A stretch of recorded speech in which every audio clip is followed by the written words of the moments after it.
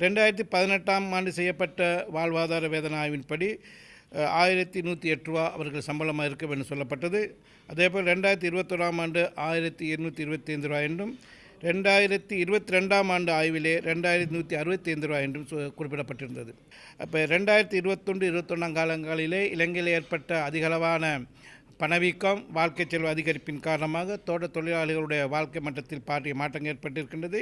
இப்போ எங்களுடைய புதிய ஆய்வின்படி 2024ஆம் ஆண்டு ஏப்ரல் மாதத்தில் உள்ள வாழ்க்கை செலவினை அடிப்படையாக கொண்டு மேற்பட்ட ஆய்வின்படி ஒரு தோட்ட தொழிலாளிக்கு 2321 சம்பளம் வழங்கப்பட வேண்டும். அவ்வாறு வழங்குகின்ற போதுதான் அவருடைய வாழ்க்கை செலவுக்கான ஆய்வுகளை மேற்கொள்ள முடியும், வாழ்க்கை செலவை கொண்டு நடத்த முடியும் என்று எதிர்பார்க்கப்படுகிறது. இந்த ஆய்வனு உலகளாவிய ரீதியில் ஏற்றுக்கொள்ளப்பட்ட என்கர் ஆய்வு முறையின் அடிப்படையாக கொண்டு மேற்கொள்ளப்பட்டிருக்கின்றது.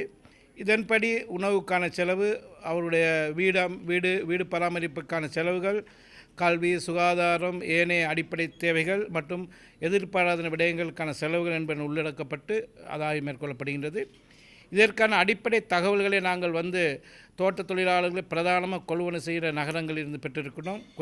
இதன் அடிப்படையில் பார்க்கின்ற போது 4 பேரை கொண்ட ஒரு தோட்ட தொழிலாளி குடும்பத்திற்கு ஒரு மாதத்திற்கு 89,897 ரூபாய் 71% அவர்களுக்கு தேவைப்படுகின்றது.